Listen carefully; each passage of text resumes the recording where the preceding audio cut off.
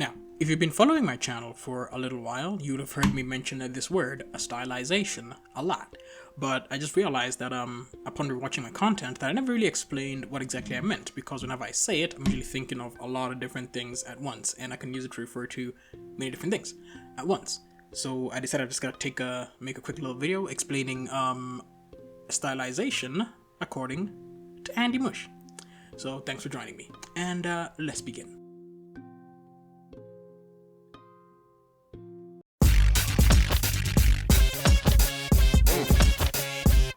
Now, according to Oxford, the definition is a figurative visual representation seeking to typify its referent through simplification, exaggeration, or idealization, rather than to represent unique characteristics through a naturalism. Now, I know those are a whole bunch of big words, but pretty much what it's saying, to break it down in more common language, it's pretty much just saying changing or altering the style of the way something looks to a certain end, right? And this definition pretty much covers it, but I feel like it doesn't explain it the way I understand it. So, from my perspective, stylization comes in two main categories. It's pretty much on a spectrum, right? It's on a huge spectrum, much like everything is in life.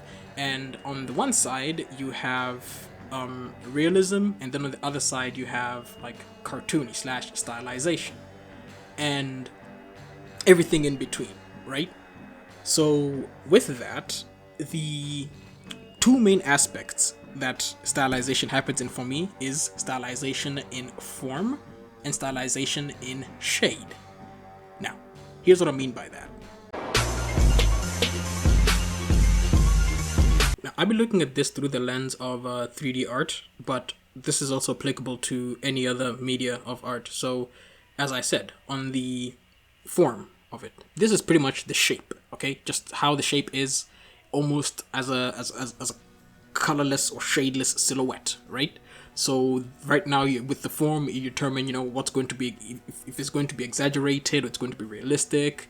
If it's more realistic, then the shade, the form part will fall on the realistic side of this spectrum. Some examples of this side of the spectrum in 3D are games like, The Last of Us, pretty much anything out of Ubisoft, Rockstar kind of falls in there also, but these games are like hyper realistic, Ghost of Yotei, your games like that, for your Far Cries, games that have that look real and are like rendered to be realistic. That's on the one end of the spectrum of shade. And then on the far other side now, you start to exaggerate form and color too. So with this one now, over here there's ultimate freedom, pretty much. Because you're not restricted to proportions, you're not restricted to, colors. You can go pretty much insane, okay, with on this side of the spectrum. And on this side, we see games like, your Minecraft, your Marvel Rivals, that's so popular on my channel. Games like, I can't put that game because it's not a 3D game. But games with a really unique art style, Bioshock Infinite, not The Last of Us, I was going to say Last of Us again. Life is Strange, games of that sort that are heavily exaggerated. Now, the fun part is that these sectors I've mentioned are super interchangeable, and that's when things get really jiggy. Okay, like think about if you had a realistic form but exaggerated. If you have a realistic form but exaggerated shade, you then end up in that sweet spot of like Life is Strange sort of cel shaded type characters. If you want to go full uncanny borderline horror type, then you can go full exaggerated with realistic shading.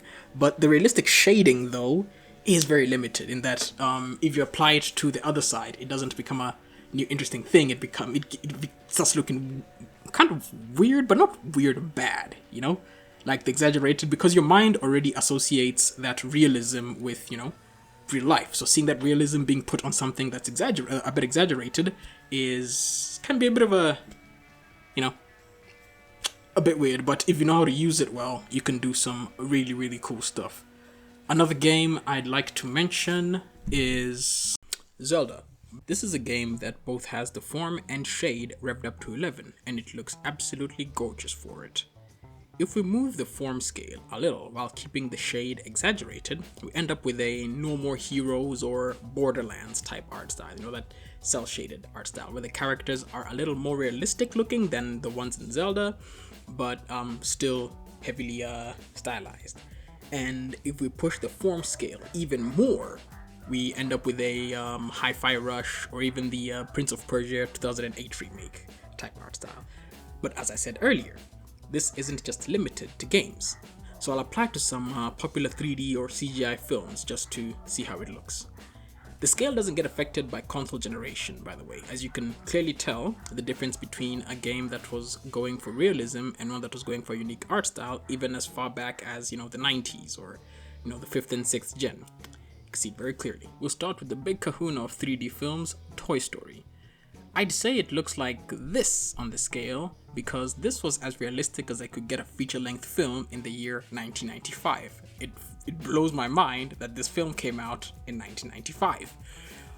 But the characters are clearly heavily stylized. I mean, look at Sid. I mean, come on, look at that head. This is further supported by how later Toy Story films look way more realistic than Toy Story 1 because, the tech has caught up.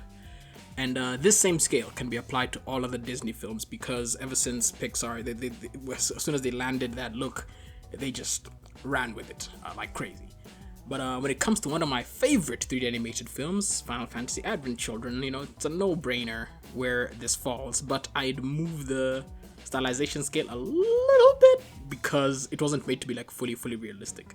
But the other realistic ones do fall in this, like my other favorites like Harlock Space Pirate and Final Fantasy Kingsglaive, Legend of Ravaging Dynasties, all fall under this quarter over here.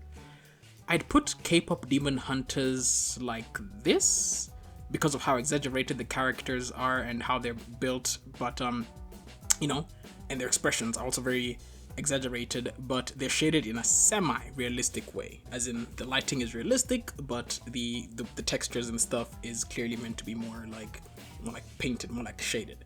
And of course the Lego Movie falls square on the right side of the scale because both the form and the shade are clearly made to be looking like Legos, and Legos are not real people.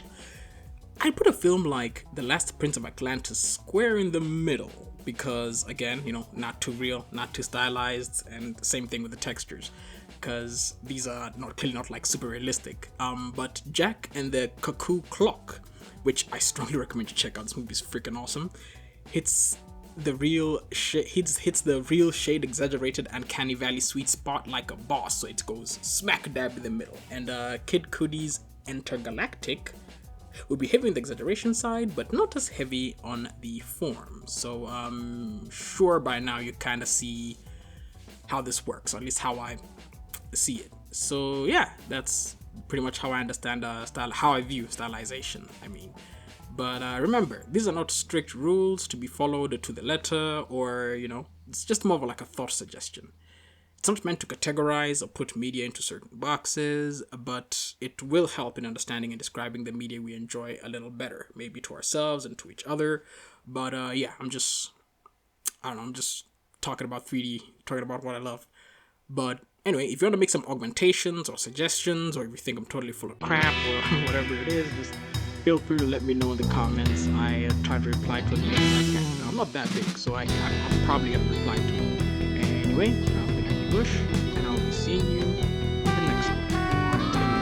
Why I am not scared or impressed by AI 3D models. Peace out, y'all.